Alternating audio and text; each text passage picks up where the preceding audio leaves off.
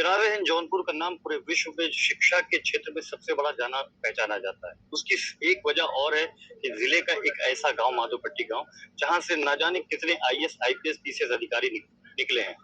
अगर देखा जाए तो 60 से ज्यादा आईएएस आईपीएस के घर इस माधोपट्टी गांव में और हम लोग यहाँ पर आज मौजूद है क्योंकि चुनाव का दौर चल रहा है और यहाँ पे जो मुद्दे हैं उस मुद्दे को लेकर के हम यहाँ के लोगों से पूछेंगे कितना विकास आने वाले समय में यहाँ के सांसद ने किया, विधायक ने किया। हम बात करेंगे यहाँ के लोगों से।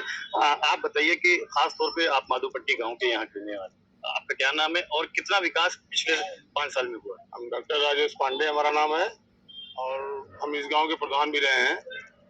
यहाँ पर आईएएस और पीसीएस की बात आप कर रहे हैं, यहाँ प्रजापति भी पीसीएस हैं। ये तो आईएएस शिक्षा का समझ लीजिए कि माँ सरस्वती का प्रधान है इस गांव को। यहाँ की माटी में यहाँ जो है पहले पीसीएस हुए थे जो है मुर्तबा हुसैन जो है, उसके बाद यहाँ टॉपर जो है जो आईएएस में टॉप किए थे जो है पहले इंदु प्रकाश सिंह, उन्होंने 1952 में, और वो जो है टॉप करने की वजह से उनको जो है फॉरेन सर्विसेज दिया गया, तो राजदूत रहे कई देशों में। और आईएएस और पीसीएस की तो यहाँ नर्सरी है, जान लीजिए।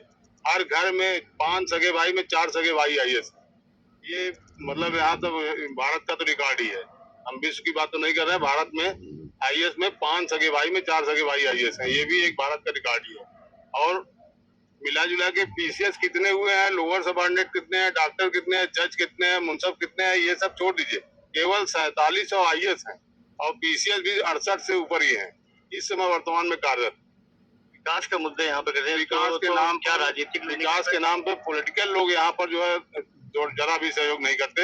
ये हमारे यहाँ एक श्री प्रकाश सिंह जी जो है ये प्रमुख सचिव जो नगरीय विकास में थे, उन्होंने केवल एक यहाँ जो है यहाँ टाउन कराया है। अब उसमें भी शुरुआत हो गई है, अब थोड़ा विकास हो जाएगा। अभी तक सरकार की तरफ से कोई विकास इस गांव की तरफ नहीं हुआ है। जैसे जी आपका क्या नाम? राजेश्वर प्रसाद सिंह, हम टीडी कॉलेज डी से रिटायर है। और कृपा शंकर सिंह हमारे यहाँ छात्र रहे, हरिवंश सिंह छात्र रहे, बहुत अच्छा कार्यकाल रहा इनका सब। आपके मिट्टी ने कई आईएएस आईपीएस अधिकारी दिए, लेकिन यहाँ पे विकास हम कॉलेज से कम से कम 13 थे आईएएस बताए। हाँ, तो श्रीवास्तव जी का लड़का सबसे बढ़िया, बहुत अच्छा। रेलवे का या क्या कोई पोस्ट पर रहा इशारा आल मिलन अशोक कुमार सिंह के घर पैर छुए। अरे विकास तो यहाँ बहुत कम है। कौन जिम्मेदार है?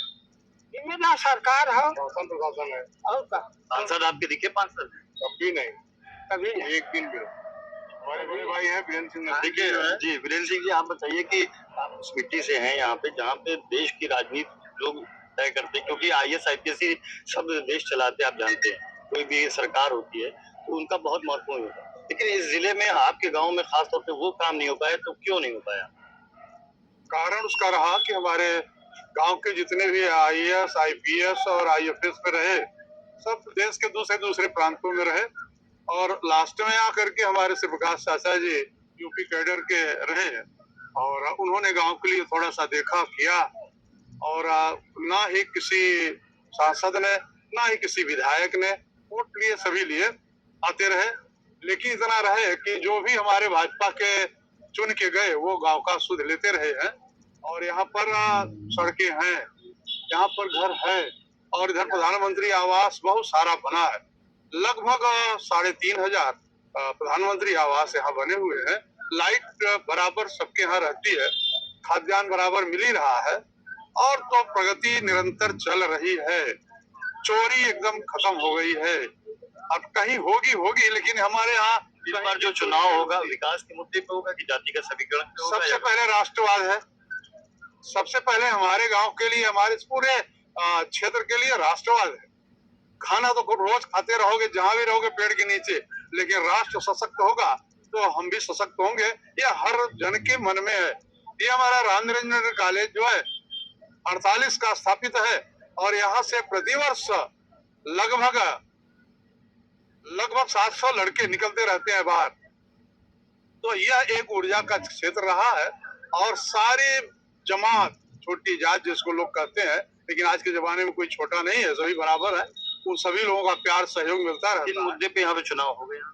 अरे राष्ट्रवाद के मुद्दे पर हो रहा है, इससे बड़ा और क्या होगा। देश की गुलामी के प्रतीकों को निपटाने वाला, समाप्त करने वाला अगर भारत में कोई पैदा हुआ तो भारत के वर्तमान प्रधानमंत्री आदरणीय नरेंद्र मोदी जी और उत्तर प्रदेश के जाबाज मुख्यमंत्री योगी आदित्यनाथ जी, जिन्होंने सारी गुंडागर्दी को गर्त में डाल दिया। ऐसे तेजस्वी, ओजस्वी और धैर्यवान, साहसी मुख्यमंत्री अगर उत्तर प्रदेश को मिले होते तो आजादी के बाद आज देश का नक्शा ही बदल गया होता। आप बताइए, क्या इसके पहले कोई मुख्यमंत्री भाजपा के नहीं आए या प्रधानमंत्री? कल्याण सिंह जी थे, कल्याण सिंह जी थे, वो बहुत बड़ा कार्य किए। आज उसी कार्य पे हम लोग चल रहे हैं, उन्हीं के कार्य। आपके गांव में जो विकास नहीं हुआ तो कौन? अरे विकास क्यों नहीं हो रहा? विकास तो है ही है। जब कहीं नहीं बत्ती थी, लाइट नहीं थी, हमारे गांव में थी लाइट। सांसद जी आपके सांसद दिखे?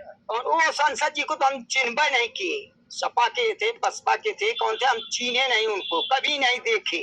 वो एक बार मेरे गोपाल मिश्रा के पास, घर के पास वो आए, पैर छुए, कहें कि मैं तो कहा था आप यहाँ के सांसद हैं। हम कहे भाई सांसद हो तो हम कभी दिखाई नहीं पड़े भाई, हम आपको वोट भी नहीं दिए हैं, पता नहीं हाथी से हो कि घोड़ा से हो, हम नहीं दिए हैं। हम केवल मानते हैं भाजपा को, जो आज इतना दिन की लड़ाई खत्म कर दी, जो है यह था अयोध्या की, भगवान श्री रामचंद्र जी को वहाँ छाया दिए।